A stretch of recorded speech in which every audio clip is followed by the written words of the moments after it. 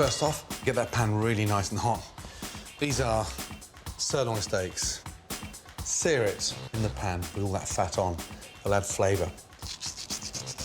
Salt and pepper. A couple of tablespoons of olive oil in. Pan nice and hot. Hold up the steak and lay it in. Always lay away. Give the pan a little shake and it stops the steak from sticking. We're looking for colour. And if it sticks, it's going to burn.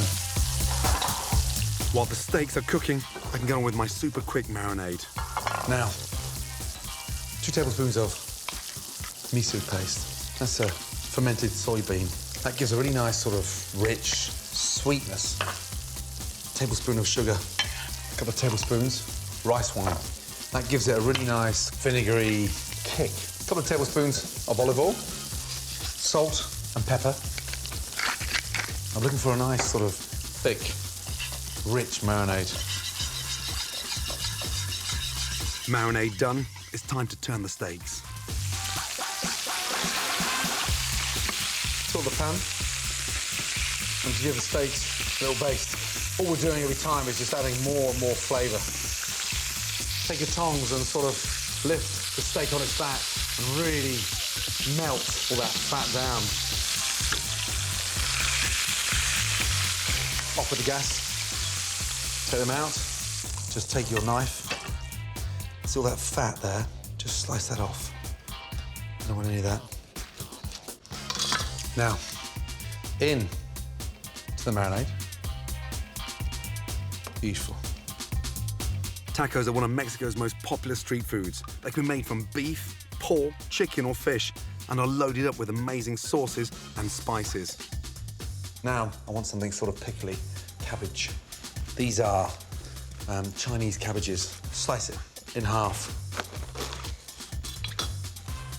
And look at it, really crisp and really tasty. We're going to slice that into quarters and then just shred it and take your time. Think of cabbage here and you think of sort of braised, overcooked cabbage. Nothing worse. But in a taco, you want freshness. A little season of chili flakes. They sort of discreetly give it a little bit of heat. A little touch of rice wine vinegar. If you haven't got that, fresh lemon juice. A small drop of toasted sesame seed oil. Give that a really good mix. Now I need something to sort of bring it together. We take some wasabi paste. Very hot, very spicy, a sort of thumbnail size. I'm gonna mix that with a couple of tablespoons of mayonnaise and give that a really good mix. These are basic corn tortilla. The trick is to sort of colour them and then shape them. Actually place it on the gas ring. Use some tongs so as not to burn yourself. You can also toast your tacos in a frying pan. From there, I'm just gonna place it on the rolling pin.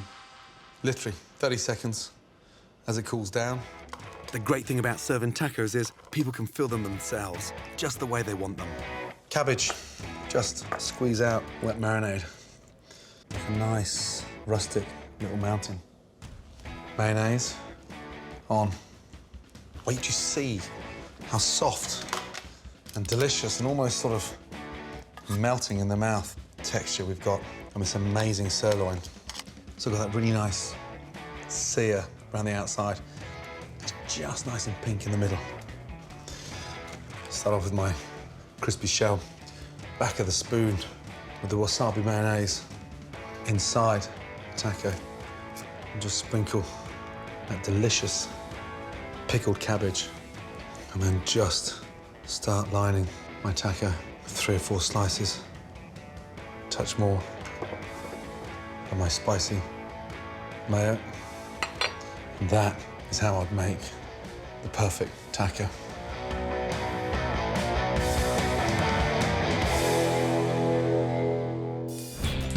This is like a triple omelette, but a lot more ingredients than a normal omelette. We'll start off with some lovely smoked bacon. Slice the bacon in.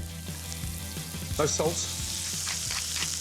a little touch of pepper. Start off on a high heat, get that bacon really nice and crispy. Otherwise, you just boil the bacon and it's got that soft, unpleasant texture in the frittata. Turn down the gas and now start adding your veg. Roughly chop a red pepper and add it to the pan. The peppers and the bacon take the longest, so they've always got to go in first. Now, soak them off. And the peppers have been cooked now from that sort of rendered fat from the bacon. And then your spring onions. Just bunch them up and slice them. I want them on an angle so they come like little green diamonds. Spring onions in. Now, for the eggs. Crack in the eggs. For that size pan, 7 or 8 eggs. I want to fill it right to the very top. And more importantly, when I turn this out, I want it like a gatto, nice and thick, so we can slice through and see all those wonderful veg.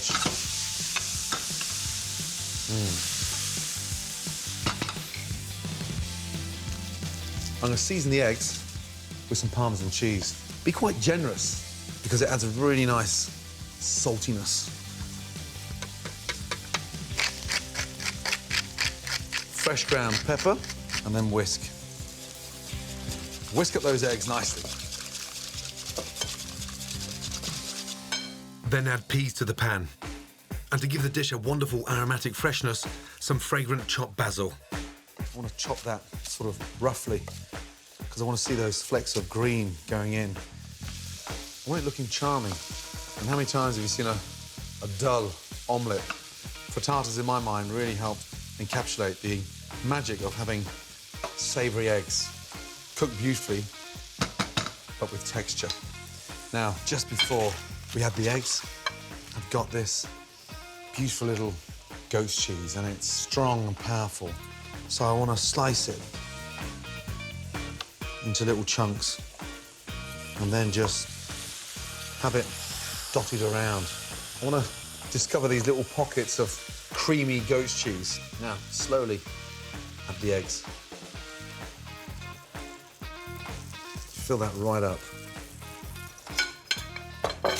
And get your spoon. Now just let all that egg go down to the bottom. Bring it back up to the boil and sort of clean around the sides. And then some of this delicious, salty, creamy goat's cheese over the top. Now, and I want it melting like a perfect slice of cheese on toast. Nice. Now, from there, turn the grill on for 4 to 5 minutes.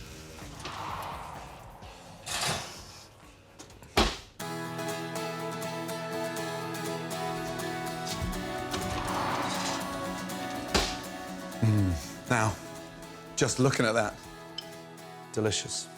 Take a little paring knife and just make sure it's released from the sides.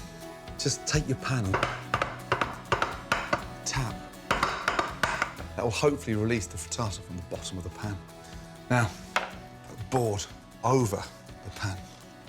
Turn that gently and just shake, say a little prayer, and lift off the pan. Beautiful. Now, from there on, there it's there, look. Now, slice through. You can see how soft and creamy that is in the centre. And that goat's cheese is just melting, almost like a little sauce inside. So exciting, but more importantly, so easy to do. It's got texture, it's got creaminess, and that for me will beat any omelette for brunch. Served with a stack of hot buttered toast and a steaming pot of coffee, this easy frittata turns the humble egg into the perfect dish for kicking off the weekend.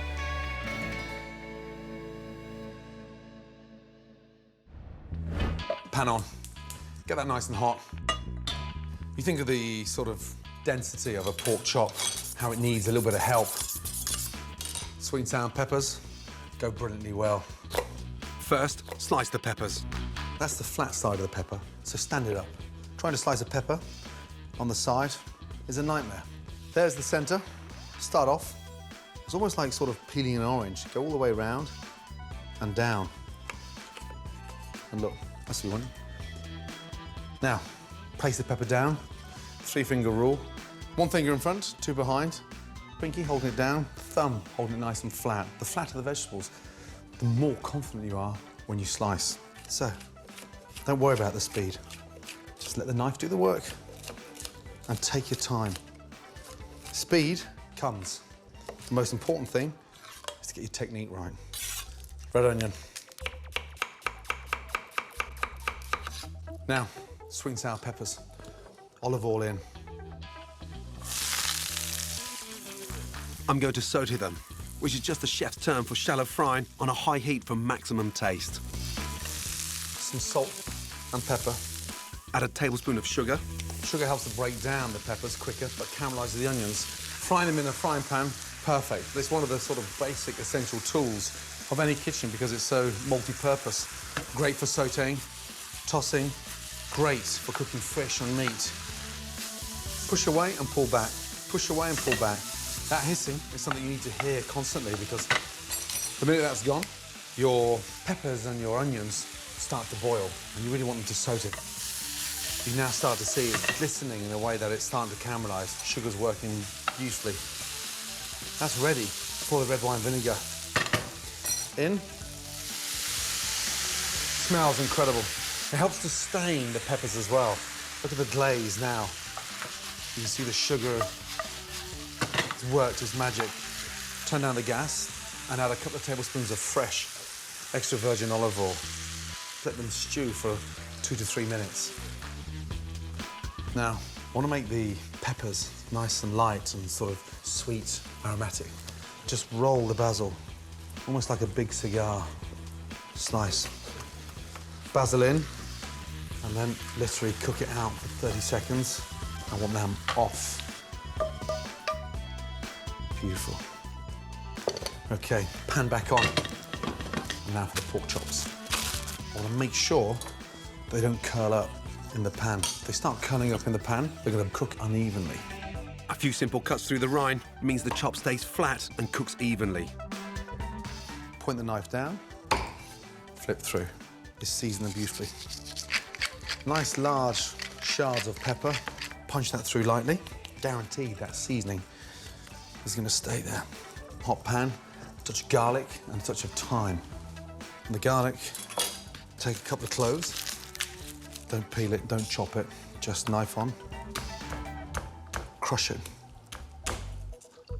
Olive oil in. Just starting to smoke. Top of the chop, in. And lay away from me. Nice. Keep that heat in the pan. Put the garlic in there early. A nice fragrant bunch of thyme. See how the pork has stayed nice and flat. Turn that over. Look at that, beautiful. I want a little bit of thyme underneath there. Start squeezing that garlic out. I want the flavour coming out. Butter in. Thin slices of butter. Tilt the pan and baste. So I'm sort of speeding up the cooking process. At the same time, I'm keeping the pork chop really nice and moist. And now look at the colour of that butter. It's almost like sort of a nut brown. Check the colour on the other side, beautiful. When they're that thick, 3.5 to 4 minutes each side. 30 seconds from now, they're going to be medium, so I'm going to take them out and let them rest. The secret to perfectly moist pork chops is letting them rest almost as long as they're cooked in the pan. A nice spoon of these peppers. The basil smells incredible. Keep that garlic on there. Be generous with that vinaigrette from the peppers because it really is incredible. Do 2 things simple like that, pork and peppers, and your confidence is going to shoot through the roof. A stunning pork chop with sweet and sour peppers.